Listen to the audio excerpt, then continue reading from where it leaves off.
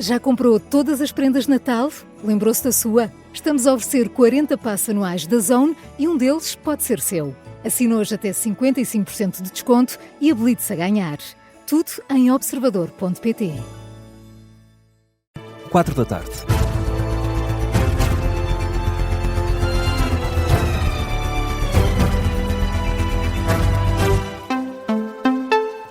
As notícias na Rádio Observador com Miguel Videira. O Procurador-Geral da República revela que pediu para não se pronunciar sobre o desfecho da averiguação preventiva à Spinum Viva por causa do clima de suspeição em torno da atuação do próprio Amadeu Guerra. O Procurador-Geral da República recorda algumas críticas de que foi alvo e que puseram em causa a percepção de imparcialidade do magistrado. Eu decidi, antes do despacho final, apresentar o meu pedido de escusa relativamente à apreciação final ou à minha posição hierárquica máxima, para evitar, não é que esteja em causa a minha imparcialidade, mas por causa de um rol de comentários que foram feitos, por causa da forma como muita gente desenquadrou as minhas declarações relativamente à chamada prenda de Natal que supostamente é atribuída.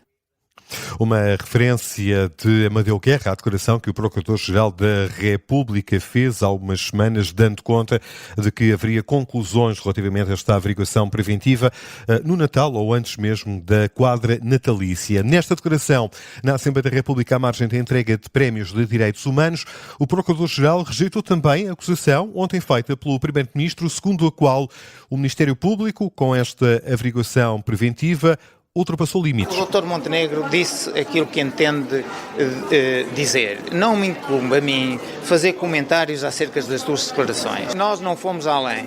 Com a minha escusa, não ficou, de forma alguma, qualquer impedimento relativamente à decisão final ou a eventuais medidas em termos hierárquicos. Depois do despacho de arquivamento e até antes do despacho, foi acompanhado exclusivamente pelo Sr. Vice-Procurador-Geral. Portanto, aqui as regras funcionaram.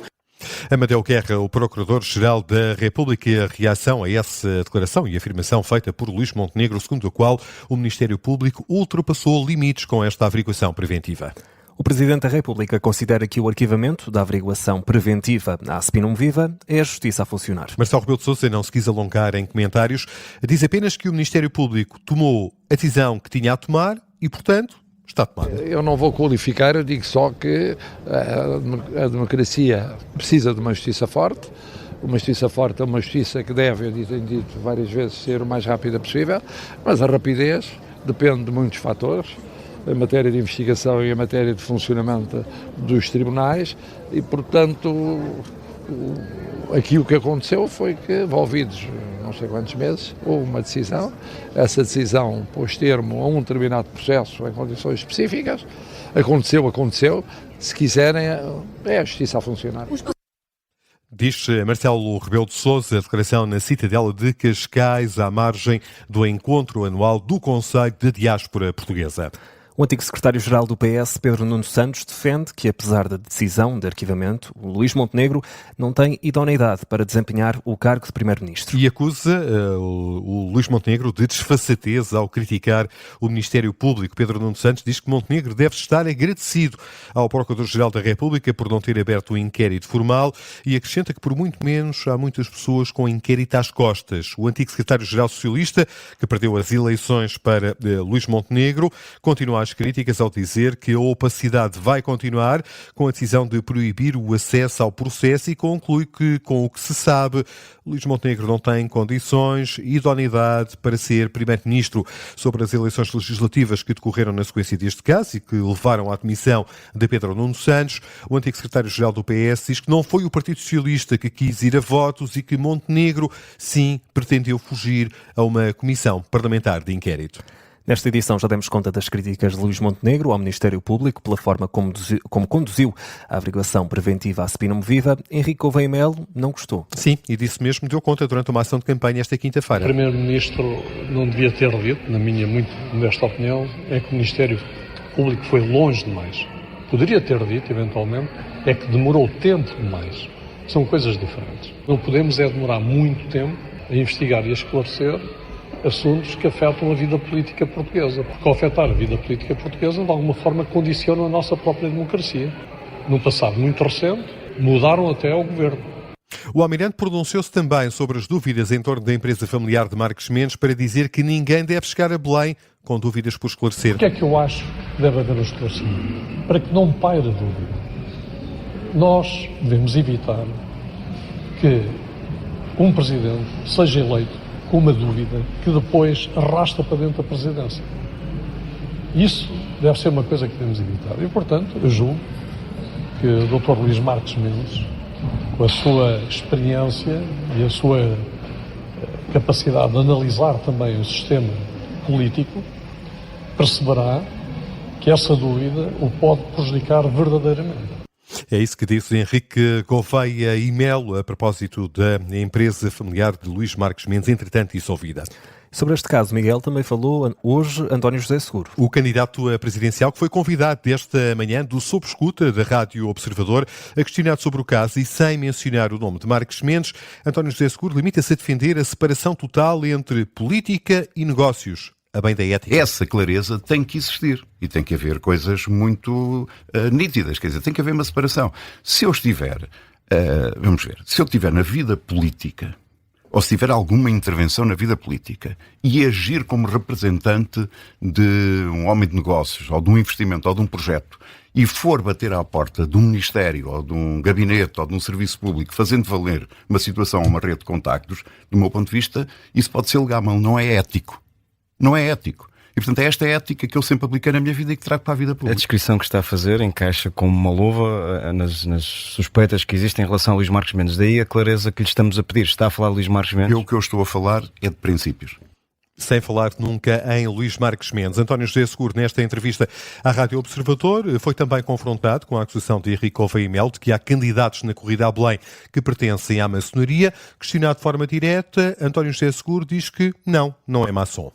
E Luís Marques Mendes, Miguel, como víamos aqui, voltou a ser confrontado com as críticas dos adversários na corrida a Belém. E reitera que está disponível para revelar os nomes dos clientes da empresa familiar, entretanto dissolvida, quando tiver autorização para tal por parte dos clientes. Quem não deve não teme, e hoje ajo com toda a transparência e esclareço tudo. Tenho esclarecido e esclarecerei tudo. Eu tive uma sociedade familiar. Quando eu assumi ser candidato, acabou a sua atividade e foi dissolvida. E eu já me comprometi a divulgar os clientes dessa sociedade. Tenho apenas que pedir autorização a eles por causa do regime de proteção de dados. Mas divulgarei nos próximos dias. Admiti divulgar, confirmei divulgar e vou divulgar. Mais transparência é impossível. Quem não deve não teme, sentencia Luís Marques Mendes. Na atualidade internacional, o secretário-geral da NATO explica quais as 3 garantias de segurança que estão a ser desenhadas no novo plano de paz para a Ucrânia. Foi durante uma conferência de imprensa conjunta com o ministro da Defesa polaco na Polónia. Marco Rutte explicou quais serão essas 3 condições, essas 3 garantias de segurança que estão a ser desenhadas. As garantias de segurança, como estão agora a ser desenhadas, têm 3 camadas. A primeira são as Forças Armadas Ucranianas. Elas são a primeira linha de defesa. A segunda linha de defesa é o que a coligação dos aliados, sob a liderança do Reino Unido e da França, tem vindo a desenhar nos últimos meses. E os Estados Unidos, que são o terceiro elemento, o presidente americano disse em agosto que quer que os americanos façam parte dessas garantias de segurança. O secretário-geral da NATO deixa ainda o aviso a Vladimir Putin: se depois do plano de paz existir, se depois do plano de paz a Rússia tentar atacar a Ucrânia novamente, as reações vão ser devastadoras. Foi o que disse o secretário-geral da NATO neste dia em que os chefes de Estado e de Governo dos 27 Estados-membros da União Europeia estão reunidos em Bruxelas precisamente para decidir o apoio a conceder à Ucrânia para os próximos 2 anos, uma tarefa que não se avizinha fácil, tendo em conta as reservas manifestadas por alguns Estados-membros, o caso da Hungria, da Eslováquia e também da Bélgica. 4h09. A Vichy Soase chega já a seguir, hoje mais cedo, nesta edição de quinta-feira. Miguel, antes disso, há outras notícias em destaque. Não mexe, o Banco Central Europeu voltou a não alterar as taxas de juro pela quarta reunião consecutiva. Desta forma, a taxa de referência para os créditos de habitação, por exemplo, mantém-se nos 2%. Presidente do Banco Central Europeu, Christine Lagarde, diz que há indicadores económicos na Europa positivos, o caso do crescimento económico que supera as expectativas. O taxista acusado de ter atropelado de forma mortal um jovem numa passadeira em Lisboa foi hoje condenado a 14 anos e 9 meses de prisão. Afonso Gonçalves foi atropelado e abandonado sem socorro numa passadeira em Lisboa no mês de setembro. O taxista tinha sido acusado pelo Ministério Público dos crimes de homicídio, condução perigosa e omissão de auxílio. O preço dos passos navegantes vão manter-se inalterados no próximo ano. É uma informação confirmada pela Rádio Observador, junto ao Conselho Metropolitano de Lisboa. Só mudam os preços dos títulos de transporte adquiridos, por exemplo, no interior dos autocarros. Estes títulos vão sofrer um aumento de 2%.